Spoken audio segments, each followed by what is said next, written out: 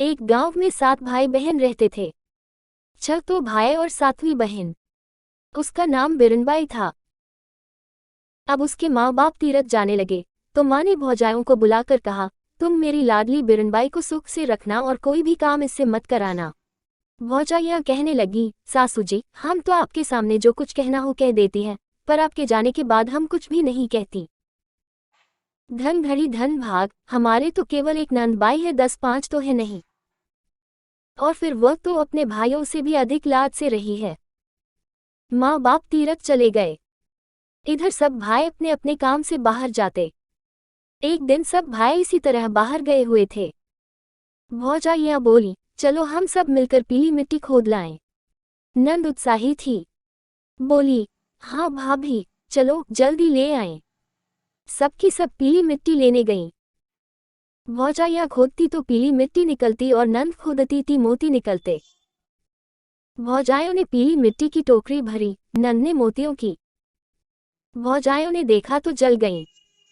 मन में कहने लगी, रान न जाने क्या जादू जानती है, घर पर भीन जाने क्या टोना टोटका करेगी।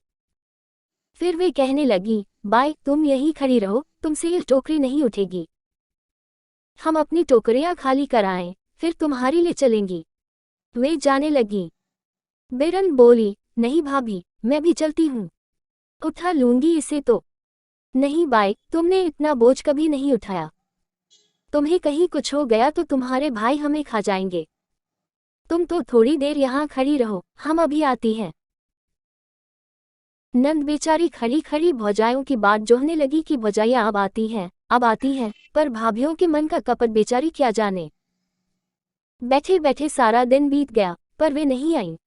सांझ हो गई। उसी समय वहां से साधुओं की एक टोली निकली। बिरनबाई ने एक साधु से कहा, महाराज मेरी टोकरी उठवा दो। साधु ने देखा कि लड़की अकेली है। कहा, बच्चा तू यहाँ अकेली क्यों है। बिरनबाई ने सब हाल कह सुनाया। मौका देखकर साधु उसे अपनी टोली में ले गया। बिरनबाई रोने लगी, पर वहां कौन सुनने वाला था।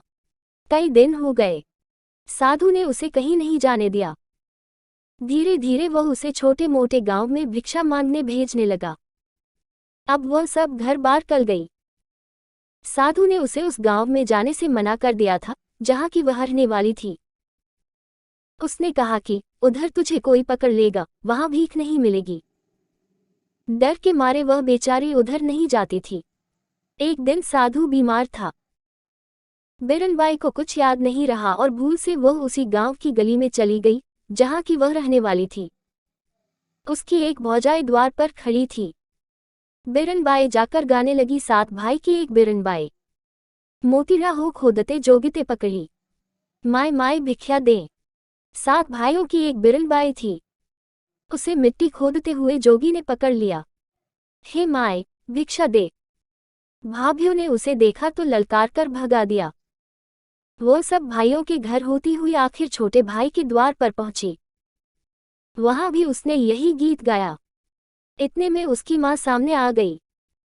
कहने लगी, बाई तू क्या गाती थी, एक बार फिर से तो गा। उसने फिर से गा दिया। माँ की आंखों से आंसुओं की धार बहने लगी। बिरन की आंखें भी डब आईं। माँ सोच रही थी कि ऐसी ही मेरी बिरनबाई थी, पीली मिट्टी खोदते समय खान में दबकर मर गई, क्योंकि भौजाइयों ने आकर ऐसा ही बताया था।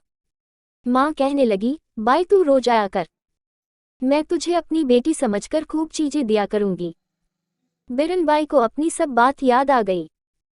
उसने सारा हाल कहा तो माँ बेटी मिलकर खूब रोईं। इस प्रकार बिरनबाई फिर अपने घर आ गई। अब माँ बाप ने उसका ब्याह करने का विचार किया। उधर साधु को मालूम हुआ कि बिरनबाई अपने घर चली गई है तो वह अच्छा होने पर वहां आया। उस समय बिरनबाई की सगाई हो रही थी। साधु बोला, सगाई तो करो, पर अचेली तो मेरी है। जब उसका ब्याह हुआ तो साधु आकर फिर कहने लगा, ब्याह तो करो, पर अचेली तो मेरी है।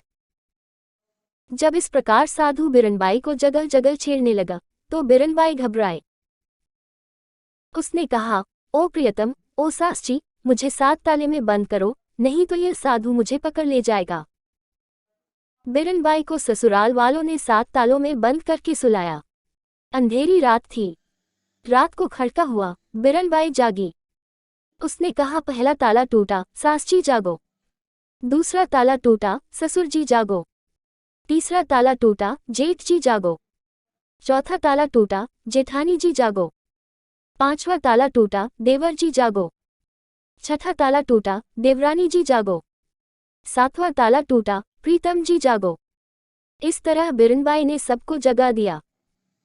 उसी समय साधु ने सातवां ताला तोड़कर बिरनबाई के कमरे में प्रवेश किया।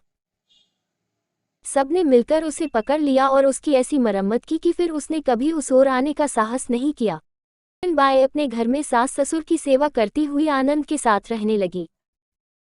किस्सा था सो पूरा हो गया, सुनने वाले बूढ़े हो गए।